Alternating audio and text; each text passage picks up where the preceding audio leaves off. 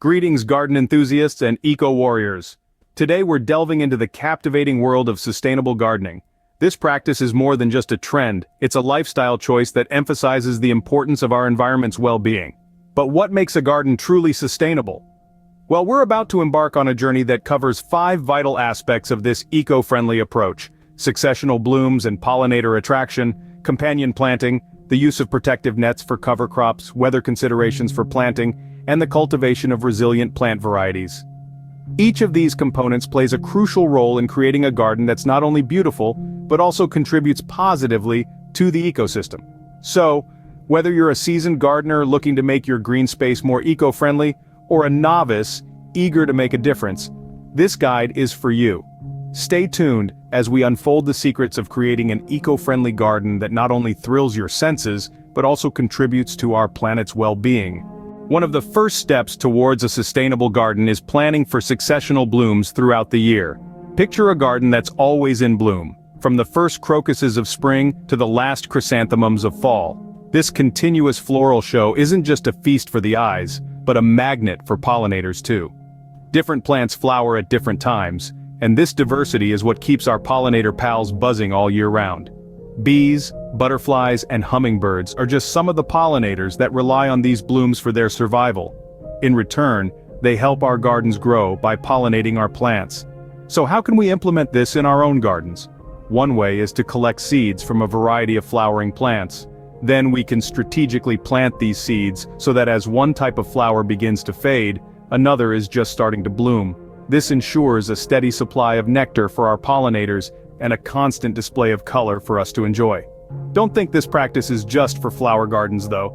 Vegetable and herb gardens can also benefit from successional blooms.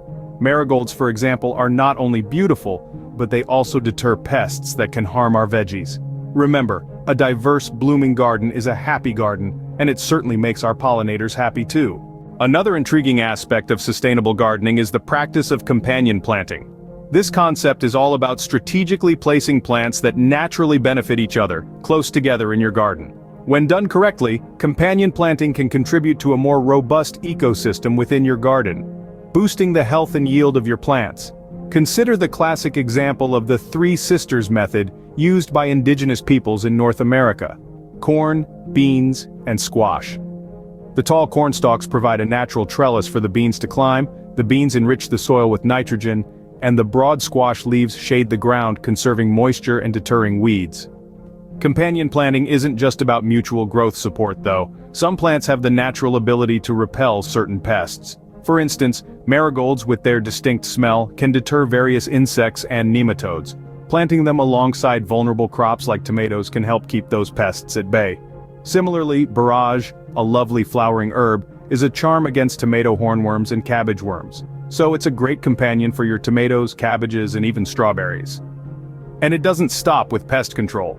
Companion plants can also attract beneficial insects. Nasturtiums, for example, are excellent at drawing in pollinators, making them a fantastic neighbor for your fruiting vegetables. With companion planting, your garden becomes a self-sustaining ecosystem, reducing the need for unnatural pest control measures. So why not give companion planting a try? It's nature's way of saying, we're all in this together. Protecting your crops from pests does not always mean using harmful pesticides. Sometimes a simple net does the trick. When it comes to safeguarding your garden, consider the humble yet highly effective protective net. These nets serve as a barrier, preventing the onslaught of leaf-munching caterpillars and other wildlife. Think about your brassicas, for instance, your Brussels sprouts and cabbages. They're a preferred spot for butterflies to lay their eggs. By covering these crops with a fine net, you're essentially blocking access to these butterflies, preventing an infestation before it even begins. Now you might be wondering about the cost. Sure, there's an upfront investment, but think of it as a long-term solution. A strong, durable net will last for several seasons, providing continuous protection for your crops. Investing in a strong net ensures the health and productivity of your crops without the need for harmful sprays. So go ahead, give your garden the shield it deserves. Now let's talk about the weather, not just for small talk, but for the success of our sustainable gardens. When planning your garden, it's essential to consider weather patterns and the impact of climate change. Weather fluctuations and shifting seasons can dramatically affect your plant's growth and survival. That's why it's crucial to keep your finger on the pulse of Mother Nature's heartbeat. One significant weather factor to consider is frost. Frost can be a silent killer in your garden, wreaking havoc on tender plants and young seedlings. To protect your garden, it's important to know the last frost date in your specific area. This date is the average date of the last light freeze in spring and can be a crucial guide for when it's safe to start planting. Now you might be tempted to rely on general advice from social media or planting calendars, but remember, these sources may not account for local climate variations. The risks of planting too early can be as devastating as a late frost, so it's better to be safe than sorry. Think of it this way: patience in planting can save you from the heartache of a frost-bitten garden. So wait until the frost has truly passed in your area before breaking out those seed packets. By adapting your planting schedules to changing climate conditions, you can avoid potential disasters and ensure a fruitful garden. The choice of plant varieties can make or break your sustainable gardening efforts. You might wonder, what exactly are resilient plant varieties? Essentially, these are plants that are able to withstand adverse conditions, such as extreme weather, pests, and diseases, while still thriving. Their resilience comes from their inherent ability to adapt to changes in the environment.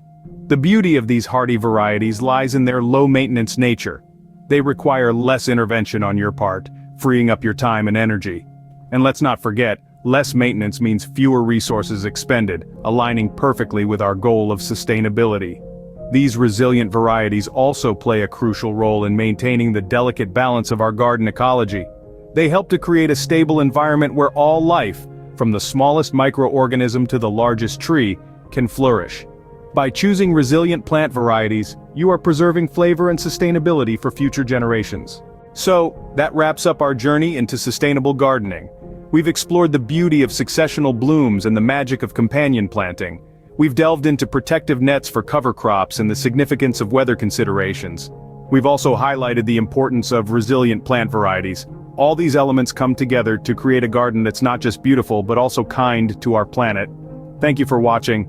Don't forget to subscribe for more tips on creating an eco-friendly garden that you can be proud of.